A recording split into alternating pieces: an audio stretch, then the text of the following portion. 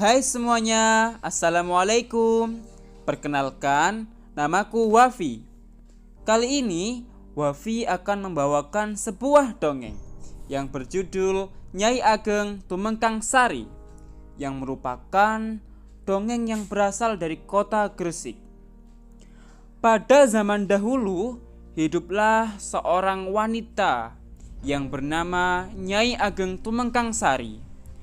Dia adalah seorang putri yang sangat cantik dan sangat rupawan. Nyai Ageng Tumengkang Sari ini merupakan putri dari Sunan Wuruju. Yang tidak lain, Sunan Wuruju ini merupakan putra dari Sunan Giri. Tidak jauh berbeda dengan cerita Roro Jonggrang, Nyai Ageng Tumengkang Sari ingin sekali dipinang oleh seorang pangeran tampan dari kerajaan Majapahit yang juga terkenal sakti mandraguna yang sedang berkunjung ke kerajaan Giri. Wajahnya tampan sekali, kesaktiannya pun dimiliki. Namun sayang sekali pangeran tersebut berbeda agama dengan Nyai Ageng Tumengkang Sari. Hatinya bergejolak, bagaimana bisa ia menerima lamaran dari seseorang yang berbeda keyakinan dengannya. Nyai Ageng Tumengkang Sari adalah cucu dari seorang sunan yang menyebarkan agama Islam di Pulau Jawa ini. Sedangkan pangeran tersebut berasal dari kerajaan Majapahit yang terkenal penganut agama Hindu. Ingin sekali rasanya Nyai Ageng Tumengkang Sari ini segera menolaknya. Namun ia berpikir panjang. Apabila ia langsung menolak lamaran pangeran tersebut, maka akan terjadi pertumpahan darah. Karena bisa dipastikan pangeran tersebut akan merasa malu dan tidak terima telah ditolak oleh Nyai Ageng Tumengkang Sari. Karena masih belum menemukan alasan yang tepat, akhirnya Nyai Ageng Tumengkang Sari ini memutuskan untuk turun gunung. Ia meninggalkan kerajaan Giri dan bersembunyi ke salah satu dusun yang sangat jauh, yang sekarang berada di daerah Jalan Panglima Sudirman, Kota Gresik.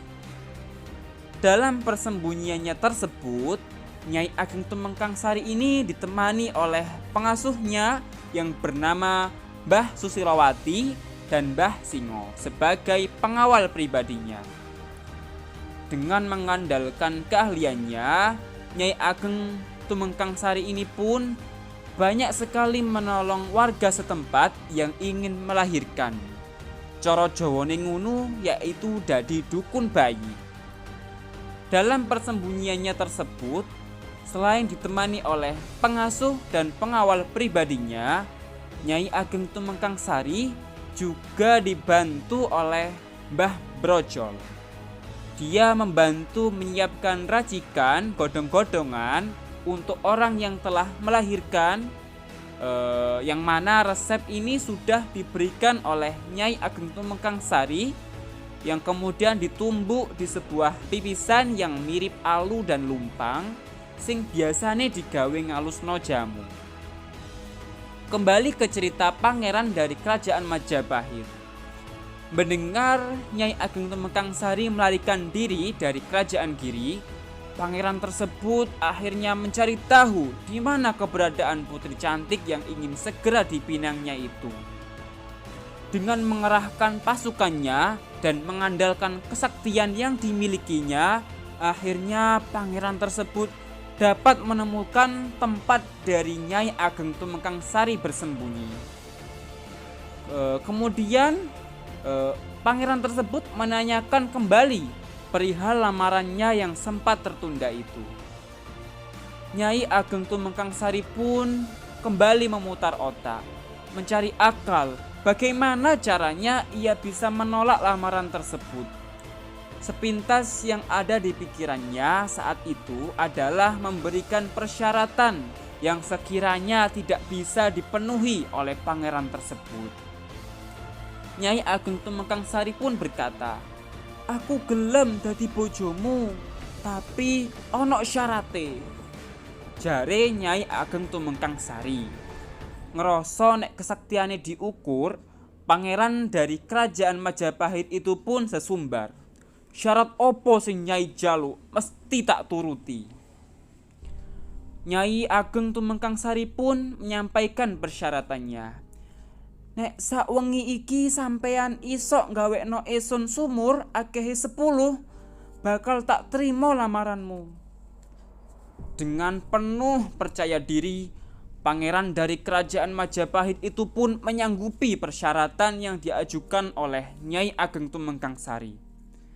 Sementara itu, Nyai Ageng Tumengkang Sari sangat gelisah dan berusaha mencari akal untuk menggagalkan pinangan pangeran tersebut. Nyai Ageng Tumengkang Sari kemudian berdoa, meminta petunjuk dan pertolongan kepada Allah Subhanahu wa taala.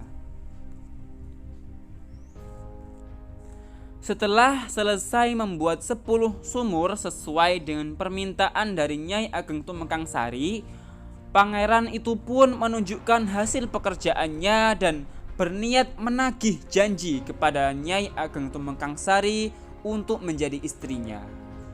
Nyai Ageng Tumengkang Sari akhirnya menemui pangeran dan melihat sumur yang telah dibuatnya. Kemudian Nyai Ageng Tumengkang Sari pun menduduki salah satu sumur tersebut. Setelah itu, ia pun menghitung sumur-sumur yang ada tanpa menghitung sumur yang didudukinya. 1, 2, 3, 4, 5, 6, 7, 8, 9.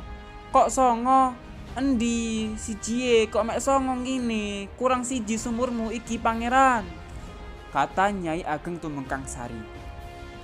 Pangeran pun tidak percaya dan mencoba menghitung sumur-sumurnya yang sudah dibuatnya. Mbuh gak ndelok, mbuh kelalen, pangeran tersebut tidak menghitung satu sumur yang diduduki oleh Nyai Ageng Tumengkang Sari.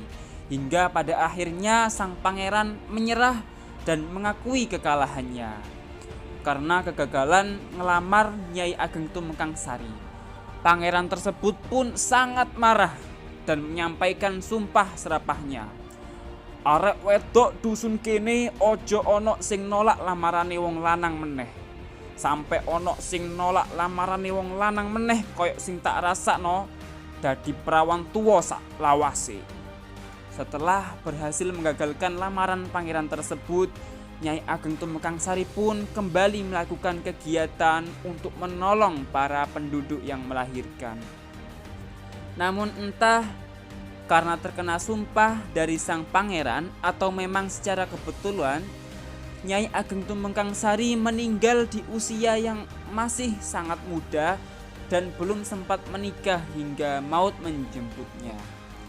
Sekian dongeng dari Wafi, kurang lebihnya saya mohon maaf, saya akhiri. Wassalamualaikum warahmatullahi wabarakatuh.